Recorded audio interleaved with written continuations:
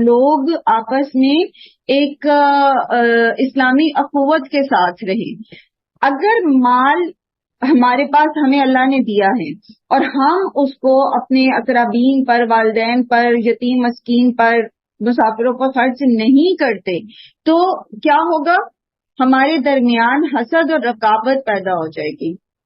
اور جب معاشروں کے اندر طبقاتی وہ جسے کہتے ہیں نا تفاوت آ جاتا ہے، امیر غریب کا ڈفرنس بڑھ جاتا ہے. رکھا تو اللہ تعالیٰ نہیں ہے، آپ کے دیے سے کوئی غریب جو ہے وہ آپ کے لیول پر امیر تو نہیں ہو جائے گا، لیکن جو ایک نفرت یا حسد یا ایک ناپسندیدگی اس وقت پیدا ہوتی ہے جب عمراء اپنے غربا پر خرچ نہیں کرتے، چاہے وہ رشتہ دار ہیں، چاہے وہ مسکین ہیں، چاہے وہ کوئی اور ہیں، تو پھر وہ جو ایک دلی دوری آ جاتی ہے معاشرے کے اندر، تو ہم دیکھتے ہیں کہ پھر اس سے بہت سارے مسائل پیدا ہوتے ہیں. خاندانوں میں بھی حسد اور رقابت جیسے جذبات آتے ہیں، ناپسندیدگی جیسے، قطع رحمی جیسے واقعات ہوتے ہیں، اور معاشرے کے اندر بھی ہم دیکھتے ہیں کہ پھر فساد اور لوٹ مار جیسے واقعات جو ہیں وہ بڑھ جاتے ہیں. تو اسلام یہ چاہتا ہے کہ یہ آپس کی ایک ہارمنی ڈیولپ ہو اور جو سرکولیشن آف منی ہے وہ ہوتی رہے معاشرے کے اندر، اور لوگ آپس میں محبت اور اخوت کے ساتھ، خوشگوار تعلقات کے ساتھ جو ہیں وہ امن کے ساتھ دین پر عمل کرتے رہیں. اب آپ یہاں دیکھیں کہ کتنی مطلب باریکی سے بتا دیا گیا ہے کہ آپ خرچ کرو اور کس کس پر کرو اور کہاں کہاں آپ اس کو کرو گے، کتنا کرو گے، یہ آپ پر چھوڑ دیا گیا ہے ابھی کہ آپ کس لیول پر جا کر خرچ کرنا چاہتے ہو.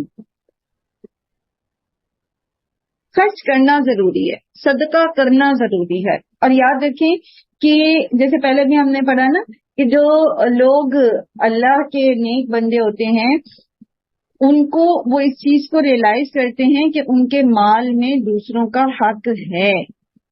وہ یہ نہیں سمجھتے کہ وہ دے کے کوئی احسان کریں، بلکہ وہ یہ جانتے ہیں کہ ان کو پاس اگر کچھ نعمتیں ہیں نا تو یہ ساری کی ساری میری نہیں ہے، بلکہ اس میں یتیم کا، مسکین کا، رشتہ دار کا اور باقیوں کا بھی حق ہے، تو مجھے ان کا حق ان تک پہنچانا ہے. اور اگر یہ سوچ ہم سب کی ہو جاتی ہے تو پھر یہ ایک ویسا ہی معاشرہ بن جاتا ہے جیسے حضرت عمر بن عبدالعزیز کے دور میں تھا. اور وہ کیا تھا کہ لوگ صدقہ لے کے نکلتے تھے اور صدقہ لینے والا کوئی نہیں ہوتا تھا، کیونکہ ہر ایک جو تھا وہ دینے والا بن گیا تھا. ہر ایک کے دل میں یہ چاہ تھی کہ وہ دے، ہر ایک چاہتا تھا کہ اس کا ہاتھ اوپر والا ہاتھ ہو، نیچے والا نہ ہو.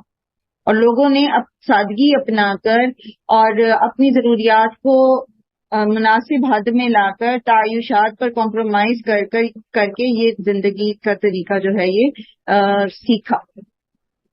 کیونکہ حضرت عمر بن عبدالعزیز کے دور تک آتے آتے نا بہت زیادہ مال کی فراوانی ہو گئی تھی، اور اموی دور میں بہت زیادہ جو فتوحات ہوئی ہیں تو لوگ جو تھے ان میں تعیشات بہت زیادہ آ گئی تھیں، عیش و عشرت والی زندگیاں بہت زیادہ آ گئی تھی. تو حضرت عمر بن عبدالعزیز نے خود بھی سادگی اپنائی تھی، اور سادگی اپنانے کے ساتھ پھر انہوں نے اس کو پروموٹ بھی کیا تھا.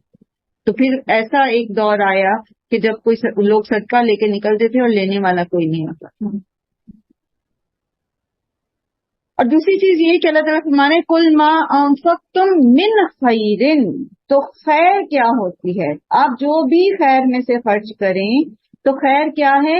خیر جو ہے قرآن کریم میں مال کے طور پر بھی آیا ہے اور بھلائی کے طور پر بھی آیا ہے، یعنی خیر کا لفظ جو ہے ان دونوں معنوں میں قرآن میں استعمال ہوا ہے. تو جب خرچ کرتے ہیں آپ مال میں سے تو وہ تو بہت سمپل ہے، سمپل سی بات ہے، آپ مال دیتے ہیں، رزق دیتے ہیں، اجناس دے دیتے ہیں یا لیکوڈ منی دیتے ہیں یا کوئی اور چیز دیتے ہیں. اور دوسری چیز جو بھلائی ہے، تو بھلائی کیا ہے؟ پھر بھلائی سروس ہے، سروسز، یعنی آپ خدمات دیتے ہیں، آپ دوسروں کو پر اپنے علوم کو خرچ کرتے ہیں، اپنے علم کو خرچ کرتے ہیں، آپ ان کو فزیکل سروسز دیتے ہیں. تو یہ بھی کیا ہے؟ خرچ کرنا. جیسے اللہ کے رسول صلی اللہ علیہ وآلہ وسلم نے فرمایا نا کہ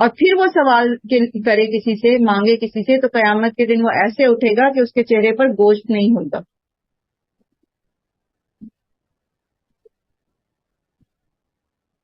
پھر آپ دیکھیے کہ خرچ کرنے کی بار بار قرآن میں جو موٹیویشن آتی ہے، ایک تو اس کی وجہ یہ ہے کہ معاشرے کے اندر جو ہے وہ جو ایک ڈفرینس اللہ تعالیٰ نے رکھا ہوا ہے، اور وہ رکھا کیوں ہوا ہے پیچھے بھی ہم نے پڑھا تھا، واللہ یرزق من یشاء بغیر حساب۔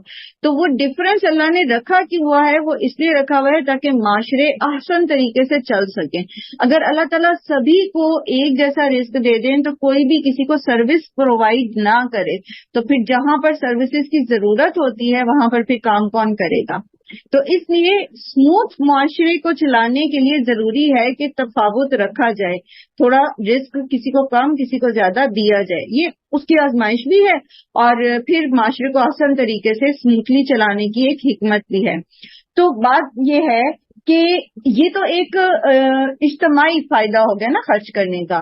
انفرادی طور پر کیا فائدہ ہوگا؟ جو خرچ کر رہا ہے اس کو کیا فائدہ ہوگا؟ سب سے پہلے تو یہ کہ صدقہ جب آپ کرتے ہیں تو اللہ تعالیٰ اس کو اپنے دائیں ہاتھ میں لیتے ہیں اور آپ کا اجر بڑھاتے چلے جاتے ہیں۔ وہ ایک کھجور جو ہے جو آپ نے خلوص نیت کے ساتھ رزق حلال میں سے اللہ کی راہ میں دی ہوتی ہے، اس کا اجر اللہ تعالیٰ بہت پہاڑ جتنا کر دیتے ہیں۔ اللہ کے رسول صلی اللہ علیہ وسلم نے فرمایا کہ اللہ تعالیٰ تم کی راہ میں جو خلوص نیت کے ساتھ اور اس کے حلال میں سے خرچ کرتا ہے تو اللہ تعالیٰ اس صدقے کو اپنے دائیں ہاتھ میں لیتے ہیں اور پھر اس کی ایسے پرورش کرتے ہیں جیسے تم میں سے کوئی اپنی اس کی بچھیرے کی کرتا ہے، اور پھر اس کو اتنا بڑھا دیتے ہیں، وہ اتنا پل کے بڑا ہو جاتا ہے وہ اجر جو ہے صدقہ کہ وہ بہت پہاڑ جتنا ہو جائے گا قیامت کے دن۔ نمبر 1 یہ۔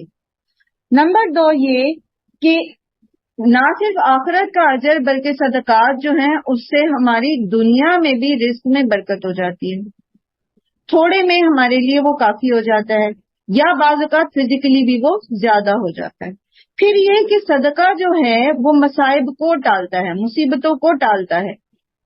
کوئی مصیبت تقدیر کے مطابق ہمارے اوپر اترنے والی ہوتی ہے، کوئی بیماری، کوئی حادثہ، کوئی اور نقصان، لیکن ہم جب صدقہ کرتے ہیں تو صدقہ اوپر چڑھتا ہے تو وہ راستے میں اس مصیبت کو روک دیتا ہے۔ اور تیسری چیز یہ کہ ہمارے اندر کی گھٹن کم ہوتی ہے۔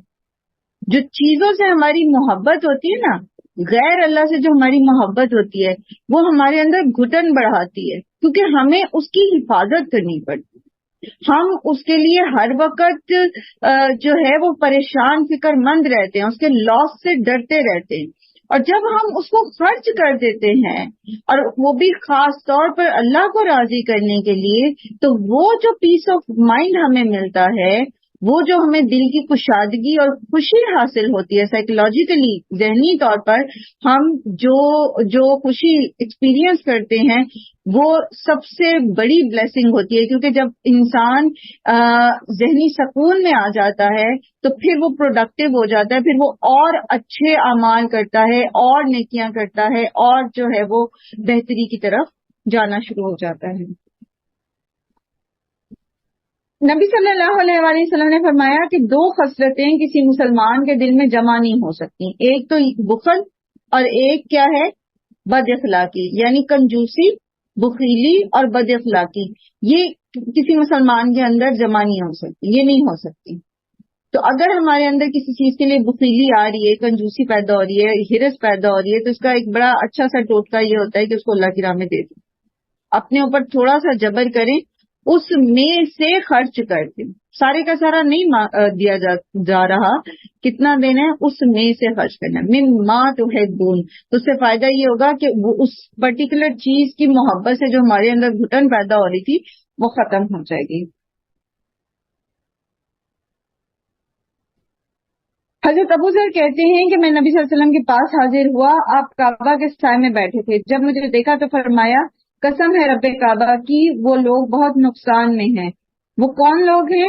جب وہ آپ صلی اللہ علیہ وسلم سے پوچھا گیا کہ وہ کون لوگ ہیں تو آپ صلی اللہ علیہ وسلم نے فرمایا جو کثرت سے مال جمع کرتے ہیں سوائے ان لوگوں کے جو آگے پیچھے دائیں بائیں خرچ کرتے ہیں، یعنی مال بذات خود برا نہیں ہے، لیکن مال کو جمع کر کر کر کر کے رکھنا اور رکھ کے پھر اس کو دوسروں پہ خرچ نہ کرنا، یہ برا ہے۔ اگر آپ مال کماتے بھی ہیں اور اس کو جمع بھی کرتے ہیں، لیکن جب کسی کو ضرورت درپیش ہوتی ہے، کوئی اجتماعی یا انفرادی، تو پھر انسان صدقات خوب دل کھول کے کرتا ہے، تو یہ جو ہے یہ پسندیدہ چیز ہے۔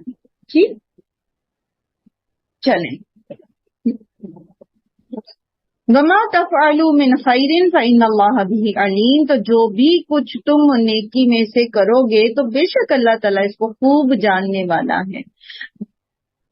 اب جو بھی خرچ کریں، جس پر بھی کریں، اور خاص طور پر آپ دیکھیں کہ جب ہم رشتہ داروں پر خرچ کرتے ہیں تو وہ اکنالج نہیں ہوتا، وہ اس کو فور گرانٹیڈ لیتے ہیں، تو دل چھوٹا نہ کریں، بلکہ یہ یقین رکھیں کہ اللہ تعالیٰ تو جانتے ہیں، اور پھر ہم نے تو اللہ ہی کی رضا کے لیے کیا نا، ہم نے تو خرچ ہی اس لیے کیا، رشتے دار پر یا ماں باپ پر یا غریب مسکین پر یا کسی پر بھی اسی لیے خرچ کیا کہ ہمیں جہنم کی آگ سے بچنا ہے۔ تو پھر دل چھوٹا نہ کریں اگر کوئی اکنالج نہیں کرتا، اللہ تعالیٰ کے پاس آپ کا وہ آپ کی نیکی جو ہے وہ نوٹ ہو گئی ہے، اور اجر تو اللہ نے دینا ہے نا۔ جیسے وہ آتا ہے نا کہ یا ایھا الذین آمنوا اتقوا اللہ ولتنظر نفس ما قدمت لغد واتقوا اللہ وما تفعلوا من خیر فإن اللہ بہ علیم۔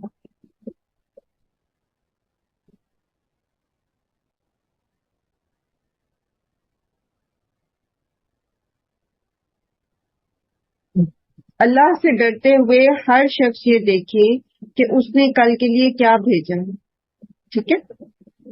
یہ یہاں تک آئے جو ہے نا آپ کی جو میں نے ریفرنس دیا ہے واتقوا اللہ تک ہے، ٹھیک ہے؟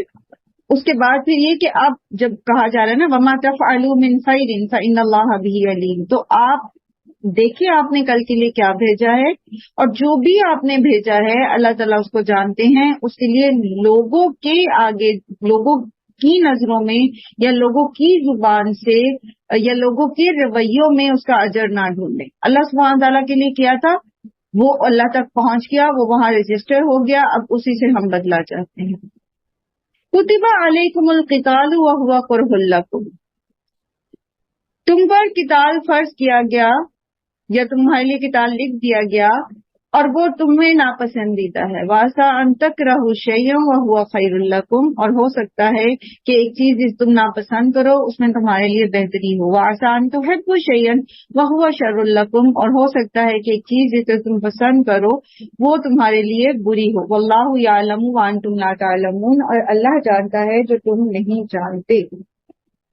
یہ وہ حکمت ہے جو اگر ہمیں سمجھ آ جائے تو ہماری زندگی میں آنے والی وہ تمام چیزیں جو ہمیں ناپسند ہیں، وہ فیصلے جو ہماری زندگی میں ہوتے ہیں جو ہمیں ناپسند ہیں، وہ لوگ جو ہماری زندگی میں داخل ہو جاتے ہیں جنہیں ہم پسند نہیں کرتے، وہ جاب جو ہمیں کرنی پڑ جاتی ہے جو ہماری پسند کی نہیں ہوتی، اور بہت سارے ایسے معاملات۔ تو ایک چیز جو ہم ناپسند کر رہے ہیں ہو سکتا ہے کہ اس میں ہمارے لیے خیر ہو، ہمیں نہیں پتہ، تو ہمیں اللہ سے دعا کرنی چاہیے کہ اللہ تعالیٰ ہمیں وہ خیر دکھا دے، ہماری نظر اس خیر پر ہو، ہمیں اس میں راضی کر دے، کیونکہ انسان خود تو کوتاہ نظر ہوتا ہے نا، وہ تو ایک چیز کو دیکھتا ہے اور سمجھتا ہے یہ بہت اچھی ہے، لیکن اصل میں وہ اس کی 10 سال بعد اس کو نہیں دیکھ پا رہا کہ اس کا انجام کیا ہونے لگا ہے۔ تو اللہ تعالیٰ جانتے ہیں نا غیب کو، آگے کو بھی اور پیچھے کو بھی، تو وہ زیادہ بہتر جانتے کہ ہمارے لیے کیا بہتر ہے۔ یاد رکھیے اللہ سبحانہ وتعالیٰ الودود ہے، وہ اپنے بندوں سے دل کی گہرائیوں سے جو محبت ہوتی ہے نا اس کو ود کہتے ہیں۔ ایک ہوتی ہے حب بھی محبت ہوتی ہے، لیکن ایک ہوتی ہے ود کہتے ہیں دلی چاہت، دلی محبت۔ تو اللہ تعالیٰ الودود ہیں،